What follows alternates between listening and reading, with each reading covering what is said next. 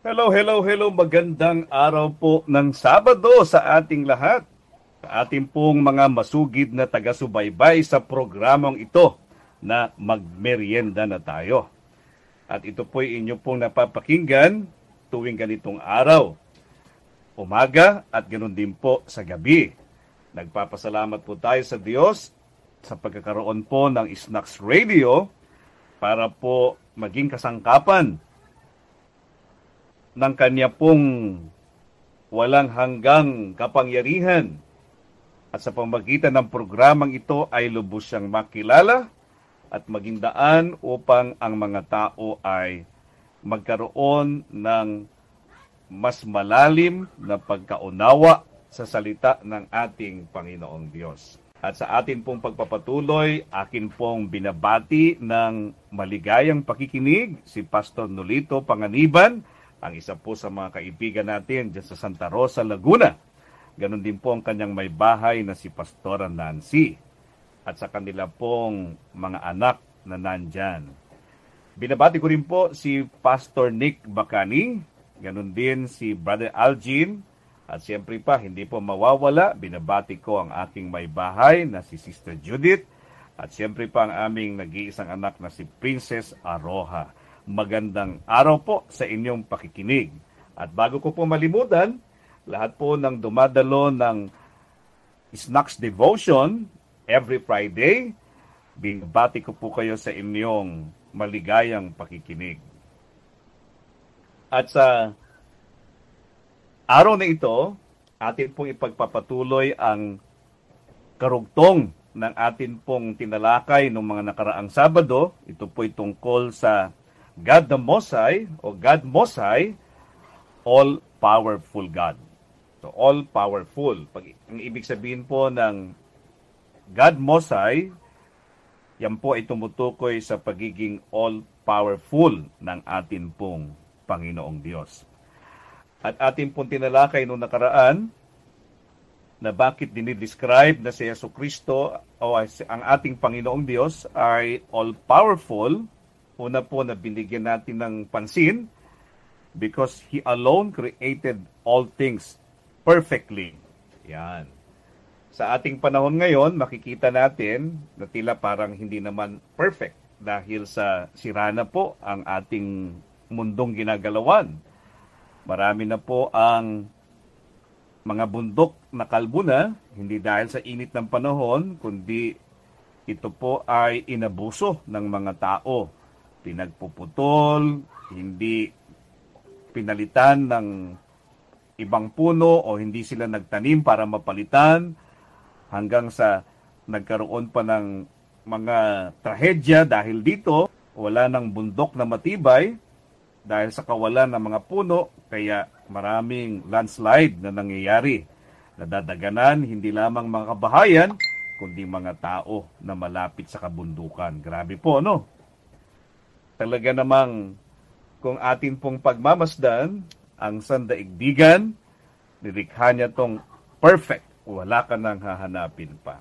Ang pagkakabukod ng tubig o ng katubigan sa kalupaan, maging ng langit at ng lupa, kung paano ito naghiwalay, at makikita din natin ang mga buwan, stars, at kapag araw naman, makikita natin po ang liwanag mula sa sikat ng araw.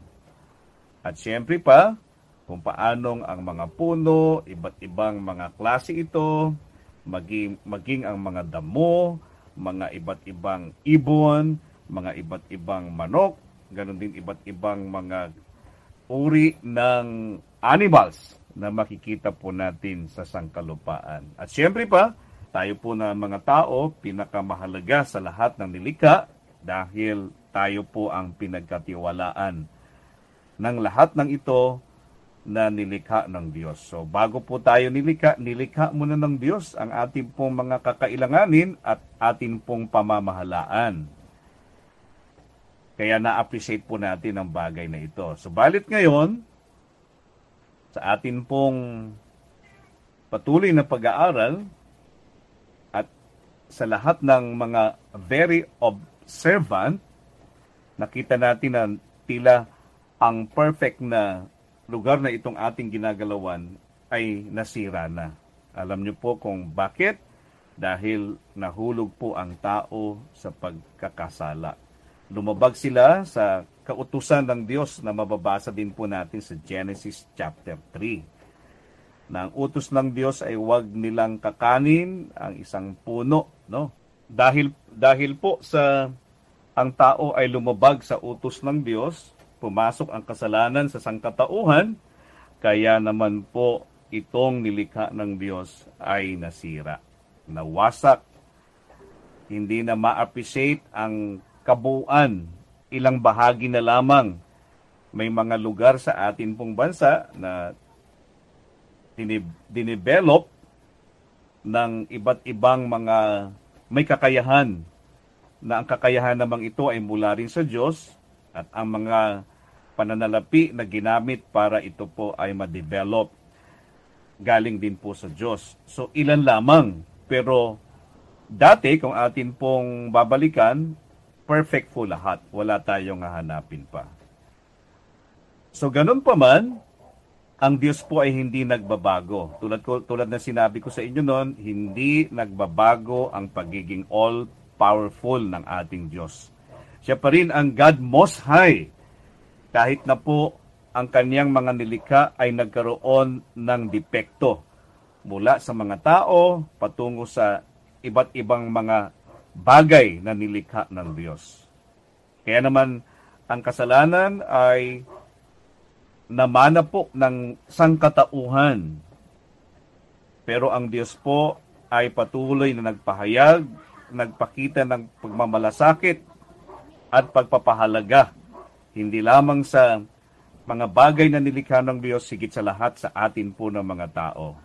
Kaya sa pangalawang punto po na atin pong pag-uusapan ngayon, hindi lamang po dinescribe na siya all-powerful dahil sa paglikha niya ng mundo, o dito sa ating mundo na very perfect. Isa pa pong pagdidescribe, because He alone creates our hearts purely, no? He alone create our hearts purely. Wow. Yan, grabe po, ano. Tingnan po natin, bagamat ang tao ay nangagkasala, ang Diyos ay gumawa pa rin ng paraan para po ipakita ang pagiging all-powerful po niya. Basahin po natin ang Ezekiel 36, 25 to 26. Ganito po ang sinasabi. Wiwisikan ko kayo ng malinis na tubig, nang maging malinis kayo sa lahat ng karumihan. Grabe po, no? Sa lahat ng karumihan. Grabe po, ang Diyos lang po ang maaring makagawa niyan.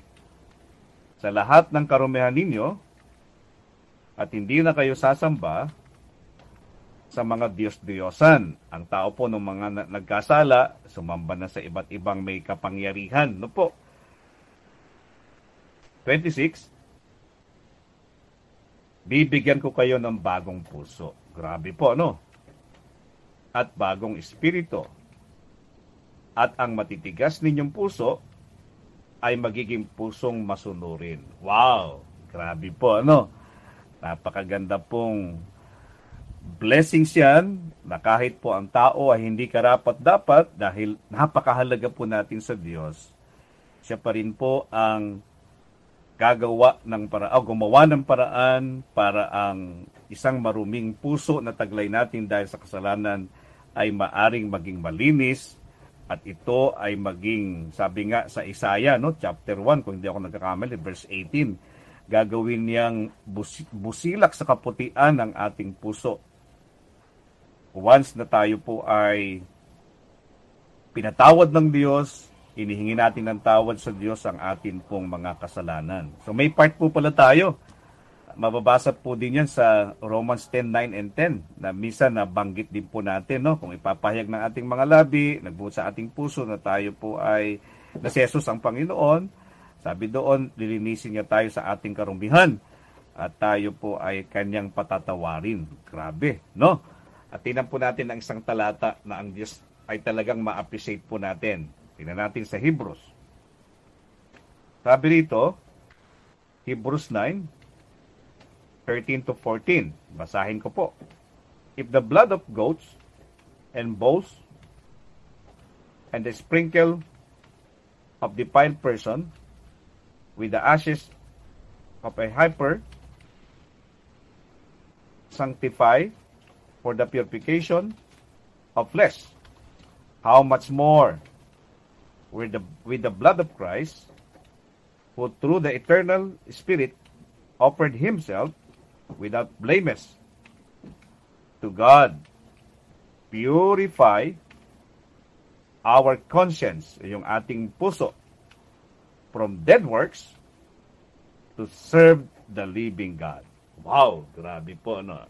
Ito'y ginamit ko rin po ang talatang ito ng mga unang episode po natin.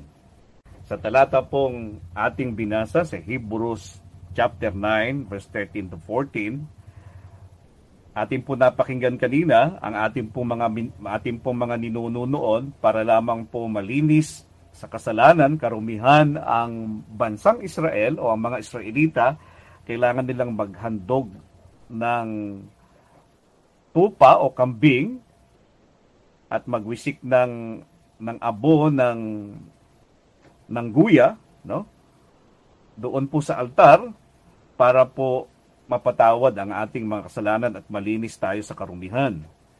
Sabi doon, di hamak na mas malaki ang magagawa ng ginawa ng Panginoong Sukristo. Dahil taon-taon noon, ang mga Israelita, ginagawa ang paglilinis, pero dito, once lang pong ginawa ni Sukristo para sa ating mga tao. Upang sabi doon, matalikuran na natin ang mga gawang walang kabuluhan at mapaglingkuran natin ang Diyos na buhay. Grabe po, ano? So kung makikita po natin ang ginawa po ng ating Panginoong Diyos, ang kaparaanan niya para tayo po ay magkaroon ng isang napakalinis na puso. Siya lang po ang maaring makagawa nito. At ang kaparaanan ay ang ginawa ni Jesucristong paghahandog ng kanyang sarili. Upang maging malinis ang ating puso't isipan, sabi dun sa Tagalog. Sa gayon, matatalikuran na natin ang mga walang kabuluhang gawain at mapaglingkuran ang Diyos na buhay. So salamat po sa Diyos dahil nakikita natin ang kanyang katangian na makapangyarihan sa lahat. Walang mahirap sa kanya. Kayong mga tao pong nakikinig ngayon na tila sumusuko na ang mga kasama nyo sa bahay dahil tila parang walang pagbabago sa buhay mo, meron pong kasagutan, si Jesucristo. Tanggapin mo lamang siya bilang tagapagligtas at Panginoon, isang higit sa lahat bilang Panginoon, na siya na ang mangunguna, na siya na ang maghahari sa buhay mo. Para sa ganon, siya na ang masusunod.